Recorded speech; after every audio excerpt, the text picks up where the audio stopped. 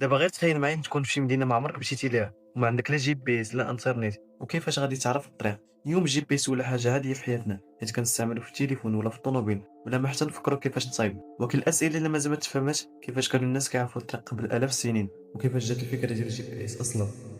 في هذا الفيديو غنكتشفوا كيفاش كان الناس كيعتمدوا على الخرائط والنجوم والبوصلة، وشنو هي المشاكل اللي كانوا كيواجهوها، وغنشوفوا عاوتاني شنو هو الجي بي اس بالضبط، وكيفاش كيعرف البلاصة فين كاين انت باستعمال الأقمار الصناعية، وعلاش في بعض المرات كيغلط، وفين كنستعملوا التقنية اليوم، وشنو اللي كيتسنانا في المستقبل مع التقنية اللي بدلت العالم. قبل ما يتخترع الجي بي اس كان صعوبة باش يلقاو الطريق ويمشيو للوجهة تاعهم، حيت الناس كانوا كيعتمدوا على الخرائط الورقية اللي خاصهم يقراوها ويفهموها مزيان باش يعرفوا فين غاديين، وكانوا كيتبعوا الطريق ديالهم حتى بالنجوم في الليل، خصوصا اللي كيمشيو في السفن والمسافرين، حيت بعض النجوم كانت كتساعدهم يعرفوا الاتجاه. وزيد على البوصلة اللي كانت أداة مهمة كتوري لهم فين كاين الشمال من الجنوب وكتعاونهم يحدوا الطريق الصحيحة. ولكن هاد الوسائل ما كانتش دائما سهلة ولا دقيقة، حيت في الخرائط كان ممكن تكون قديمة ولا ناقص فيها شي حاجة، واي غلط صغير في القراءه ديالها كانت تقدر تخلي الشخص يضيع ساعات طويله وهو كيمشي في الطريق الغلطه. وحتى النجوم كانوا كيعتمدوا عليها في الليل وفي الجو الصافي، ولكن الا كان السحاب ولا الضباب راه كيولي الوصول للبلاصه اللي باغي تمشي لها صعيب بزاف. والبوصله حتى هي كانت كتوري غير الاتجاه فقط، اما الطريق بالتفصيل راه خاص واحد يعرفو بوحدو ولا يسول الناس اللي كاينين في هذيك المنطقه. والفكره ديال الجي بي اس ما بداش باش تساعد الناس يلقاو الطريق ديالهم، ولكن بدات الاسباب عسكريه، حيت في الفتره ديال الحرب البارده بين الولايات المتحده الامريكيه والاتحاد السوفيتي كان الجيش الامريكي محتاج طريقه دقيقه باش يعرفوا مكان الجنود والطائرات والسفن ديالهم في اي لحظه. ومن بعد اطلاق القمر الصناعي السوفيتي سبوتنيك سنه 1957 بداو العلماء كيدرسوا كيفاش يمكن استعمال الاقمار الصناعيه لتحديد المواقع على الارض. ومن هنا جات الفكره ديال انشاء نظام عالمي يعتمد على مجموعه من الاقمار الصناعيه اللي كيدوروا حول الارض ويقدروا يحدوا اي موقع بدقه كبيره. وهذا النظام اللي ولا معروف باسم جي بي اس وتطور على يد الجيش الامريكي، وكان مخصص في البدايه للاستعمال العسكري فقط. وكان الهدف ديالو مساعدة القوى العسكرية على التنقل وتوجيه المعدات والطائرات والصواريخ بثقل أكبر. ومن بعد سنوات قررت الولايات المتحدة تفتح التقنية للاستعمال المدني وولات متاحة للعالم كامل. ومن بعد تطور الهواتف الذكية والسيارات ولا الجي بي اس جزء من الحياة اليومية ديال ملايين الناس، وكيعاونهم يوصلوا لأي مكان بسهولة وسرعة. بزاف ديال الناس كيسحاب لهم بلي جي بي اس غير تطبيق في الهاتف ولا جهاز كنستعملوه في الطوموبيل، ولكن في الحقيقة أن الجي بي اس هو نظام كبير لتحديد المواقع. هذا النظام كتكون من شبكة ديال الأقمار الصناعية اللي كيدور حول الأرض بشكل مستمر. هاد الأقمار كيرسلوا إشارات لأجهزة بحال الهواتف الذكية ولا الأجهزة اللي كيكونوا في السيارات، وهاد الأجهزة كيستقبلوا هاد الإشارات وكتعرف الموقع ديالها بدقة. بهذا الشيء فاش كنقولوا جي بي اس راه حنا كنهضروا على التكنولوجيا كاملة خدامة بالأقمار الصناعية، أما الهواتف والتطبيقات غير كتستافد منها باش تعطينا الموقع والاتجاهات. ودابا منين عرفنا شنو هو الجي بي اس كيبقى السؤال كيفاش خدام. الجي بي اس كيعتمد على شبكه ديال الاقمار الصناعيه كيدوروا حول الارض باستمرار، وكاين تقريبا اكثر من 30 قمر صناعي موزعين في مدارات مختلفه باش يغطيو العالم كامل. وبالتالي اي بلاصه تقريبا فوق الارض كاينين عده اقمار صناعيه فوق. هاد الاقمار الصناعيه كدور على ارتفاع كبير بزاف فوق الارض وكتتبع اشارات بشكل متواصل، وهاد الاشارات فيها معلومات مهمه بحال الوقت والموقع ديال الاقمار الصناعيه. وملي كتشعل الجي بي اس في التليفون ديالك الهاتف ما كيصيفطش اشارات للاقمار الصناعيه، ولكن العكس غير كيستقبل الاشارات اللي كيبعثوها، ومن بعد كيقارن الوقت اللي خرجت فيه الاشاره مع الوقت اللي وصلت فيه، وبهذه الطريقه كيحسب شحال كيبعد على كل قمر صناعي. ولكن دابا كيبقى سؤال مهم، كيفاش الجي بي اس كيعرف المكان ديالك بالضبط؟ منين الهاتف ديالك كيلتقط الاشارات من الاقمار الصناعيه كيبدا يحسب المسافه اللي بينه وبين كل قمر صناعي، ولكن القمر الصناعي واحد ما كافيش باش يعرف الموقع ديالك بدقه. نديرو مثال، الا عرفنا غير المسافه بين الهاتف والقمر الصناعي واحد غنعرفوا بلي الهاتف كاين في واحد المنطقه كبيره، ولكن ما غنعرفوش المكان بالضبط. ومن هنا كتجي اهميه الاقمار الصناعيه الاخرى. ملي كيتوصل الهاتف بالاشارات ديال جوج اقمار صناعيه كيتقلص عدد الاماكن المحتمله، ولكن باش يعرف الموقع الحقيقي بدقه خاصو يستقبل اشارات من 3 اقمار صناعيه على الاقل، وكل ما تزادوا اقمار صناعيه اللي كيتواصل معاه كتزاد الثقه اكثر. ومن بعد الهاتف كيدير هاد الحسابات كلها في ثواني قليله وكيحدد النقطه بالضبط اللي انت فيها فوق سطح الارض.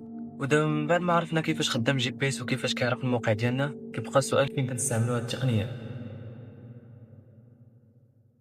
في الحقيقة أن جي بي إس ولا كاين تقريبا في كل بلاصة، وحتى إلا مكانش كنحسو بيه حيت راه كنستعملوه بشكل يومي. وأول مجال هو السيارات، ملي كيبغي شي واحد يمشي لشي مدينة ما عمرو مشى ليها مبقاش محتاج يوقف كل شوية ويسول الناس على الطريق، ولكن كيختصر هادشي كله وكيكتب غير الوجهة اللي بغا يمشي ليها في التليفون ولا في شاشة ديال الطوموبيل، وكيبدا الجي بي إس يوجهو خطوة بخطوة حتى يوصل. وحتى إلا غلط هداك اللي شاد الجي بي إس فشي بلاصة ولا خرج عن الطريق، النظام كيعاود يحسب المسار ديالو وكيعطيه طريق جديدة.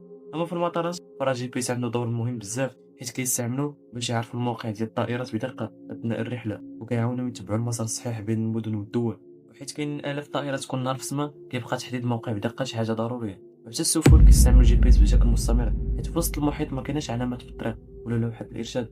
هذاك الشيء علاش كيحتاجوا يعرفوا الموقع ديالهم والاتجاه اللي خاصهم يتبعوه باش يوصلوا للموانئ بأمان. ومن أكثر المجالات اللي كيعتمدوا على GPS في هاد السنوات اللي هو التوصيل، يا إما التوصيل للطلبات ولا توصيل الناس. حيت السائق كيعتمد على GPS باش يعرف أقصر وأسرع طريق باش يوصل الناس ولا الطلبات. حتى الزبون نفسه كيقدر يتابع الطلب ديالو ويشوف فين وصل في كل لحظة. أما في الهواتف الذكية فراه GPS ولا جزء من حياتنا اليومية. ملي كنفتحوا الخرائط وكنقلبوا على أي بلاصة بغينا نمشيو ليها وكنطلبوا سيارة عبر التطبيقات، راه GPS هو اللي كيخلي هاد الخدمات كلها تخدم وتبقى سهلة.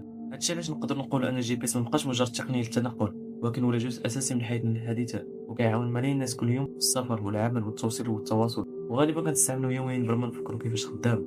فرغم ان GPS ولا كيعطينا الموقع ديالنا بدقه كبيره وكيتستعمل في ملايين الاجهزه حول العالم، ولكن في بعض الاوقات ماشي دقيق 100%، حيت في بعض المرات يمكن يحدد الموقع بشكل غير دقيق ويغلط في بعض الامطار. كاين عده اسباب كتخلي هذه الاخطاء توقع، من بينها ان الاشارات اللي كتبعث الاقمار الصناعيه خاصها تقطع الاف كيلومترات قبل ما توصل للهاتف، واي تاثير عليها يقدر تنقص من الدقه ديال تحديد الموقع.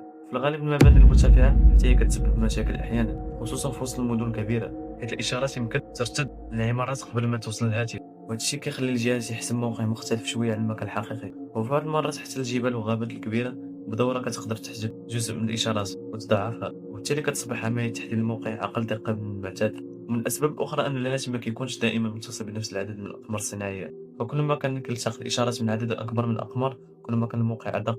اما الا كان كيلتقط عدد قليل منها فالدقه كتكون اقل. واحيانا المشكل كيكون من GPS، ولكن يقدر يكون المشكل في الخريطه ولا في التطبيق المستعمل. يمكن تكون شي طرقان تزادت جديدة ولا تبدلات في بعض المسارات ومازال المعلومات ما تحددش. ولكن واخا هادشي كله GPS بقى هو أكثر نظام شهرة واستعمال في العالم، حيت النجاح الكبير ديالو خلى دول أخرى تطور أنظمة كتشبه ليه باش يكون عندها حتى هو نظام مستقبل لتحديد المواقع. وأول دولة اللي هي روسيا، لأن النظام كيتسمى غورناس واللي خدام تقريبا نفس الفكرة ديال GPS، حيت كتعتمد على أقمار صناعية كتحدد المواقع فوق سطح الأرض. وثاني دولة اللي هي الصين، حيت طورت النظام اللي خاص بها اللي كيتسمى بايدو، واللي ولا مع الوقت من أكبر أنظمة التوجيه عبر الأقمار الصناعية في العالم. وأخيرا أوروبا، حيت هي مبقاش معتمدة غير على الأنظمة الأجنبية، حيت طورت النظام تاعها اللي كيتسمى غاليو، واللي معروف بالدقة اللي عندها في تحديد المواقع. ومع التطور كامل اللي شفنا، تقنية GPS كتطور عام ورا عام، المستقبل ديالها غتكون شي حاجة أحسن من ديال دابا، ودابا تعرفوا على داكشي مزيان. مع إطلاق أقمار صناعية جديدة وتطوير الأنظمة الحالية، من المتوقع يولي GPS في دقة أكثر من دابا، لأن تحديد الموقع غادي يولي أسرع وأدق، وغادي يقدر يحدد المكان ديالك بفارق صغير. من أكثر المجالات اللي غادي تستافد من التطور كاين السيارة الذاتية القيادة. هاد السيارات خاصها تعرف البلاصة اللي فيها بدقة كبيرة باش تطول بوحدها وتعرف فين تمشي وتدور في الوقت المناسب. هادشي علاش GPS غادي يكون عنصر أساسي في طريقة الخدمة ديالها. وحتى الطائرات بدون طيار اللي ولات كتستعمل في التصوير والمراقبة والتوصيل الطلبات غادي تستافد من GPS أكثر، حيت كل ما كانت الدقة أكثر كل ما قدرت هاد الطائرة توصل لأماكن محددة بسهولة وبأمان أكثر. مع التقدم التكنولوجي اللي كيشهد العالم دابا، من المحتمل نشوفو تطبيقات واستعمالات جديدة للGPS مازال ما كايناش اليوم.